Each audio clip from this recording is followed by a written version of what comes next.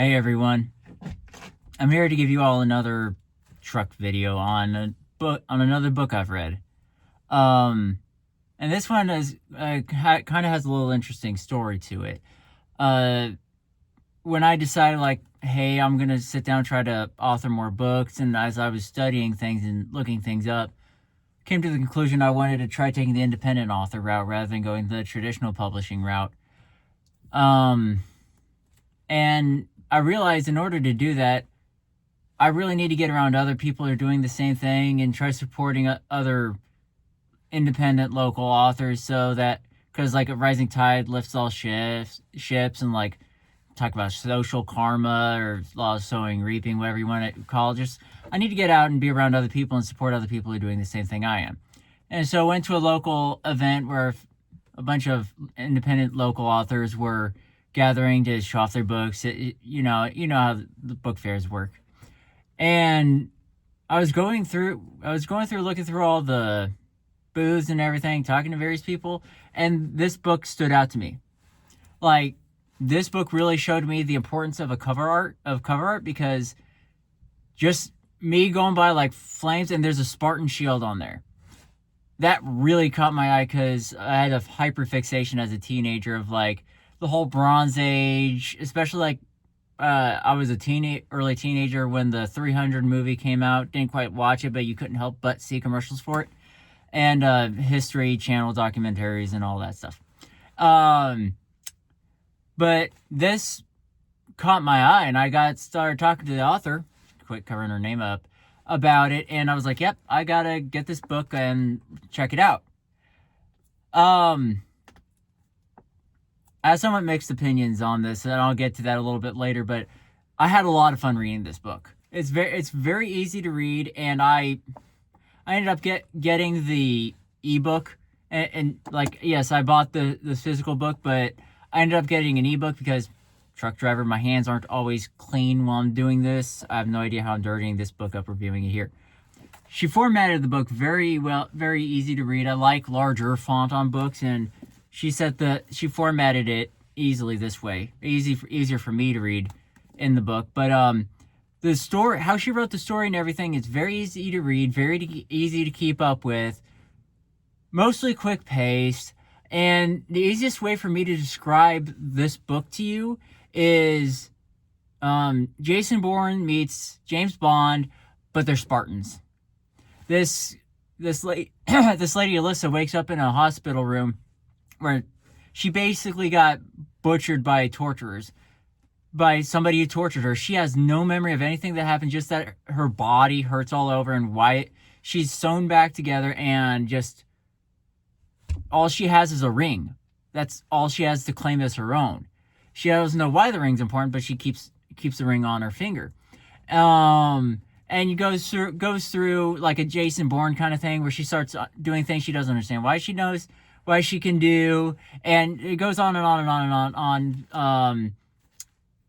It's like a big smallpox breakout that was actually genetically manufactured to wipe out a large part of the population, and it's up to her to take down the dude and stop the whole like Mission Impossible James Bond kind of stuff going on. But the Spartans didn't disappear from history in this book.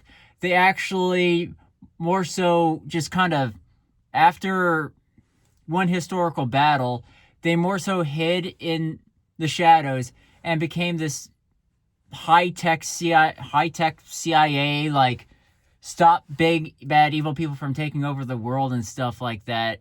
And, yeah, this book follows it's fairly quick-paced, fairly easy to keep up with, and the storyline progresses at a decent enough pace where she brings in, she does bring in the Greek pantheon a little bit, mentions them, and, introduces some Spartan culture and, how they existed up to this day, how they've stayed hidden in secret, and all of that. And it was really fun, really enjoyable to read through, but the one problem I had with this book is it feels like it's 50% smut.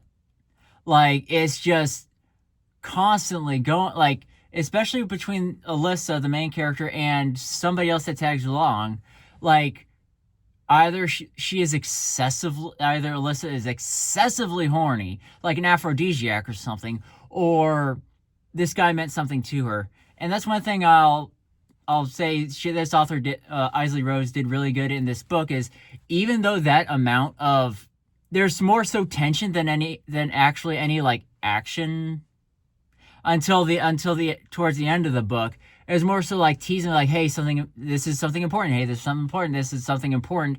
It doesn't actually happen until towards the end of the book. But there's so much of that tension going on throughout, like, darn near the entire book, where it got on my nerves.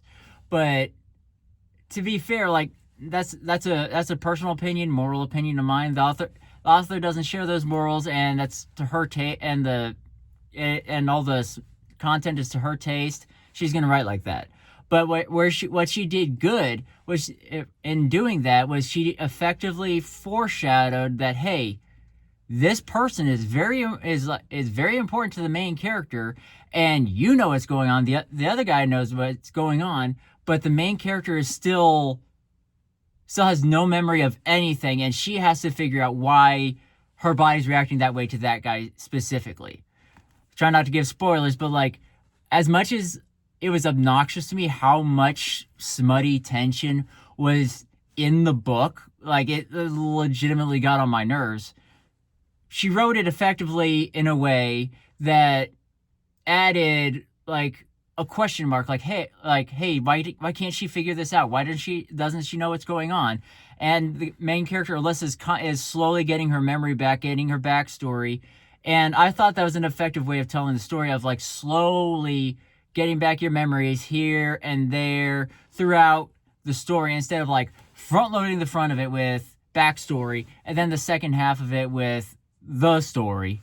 Like, she mixed it in as like as Alyssa was recovering from amnesia. She was slowly getting her memories back, little pockets here and there, and in important spurts. And the author Isley Rose did very well with that, even though part of it just really got on my nerves. So, with all of that being said, I would encourage you to check out Glitched, unless you share my annoyance for that kind of content. This book probably isn't for you, but the story beyond that is really fun, really, really entertaining to me. And I recently got the second book in the series released, Shattered. And I'll get to that a little later after I finish the second Mistborn book. I'm trying to work through Brandon Sanderson stuff.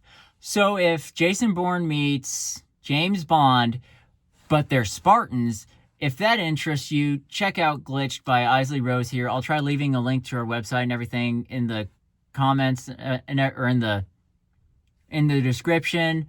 You can find her books on Amazon, but if you want to send more money directly to her rather than some corporation, she does have an online store just so you can pick up her books and send a higher percentage of your money to the author rather than to a big corporation. Check that link below. And let me know if you've read this book. Let me know your comments on this. Let me know how much you disagree with my annoyance of the book. That's perfectly fine. Just mention it in comments below, like, share to all the internet stuff. I'll see you all in the next video.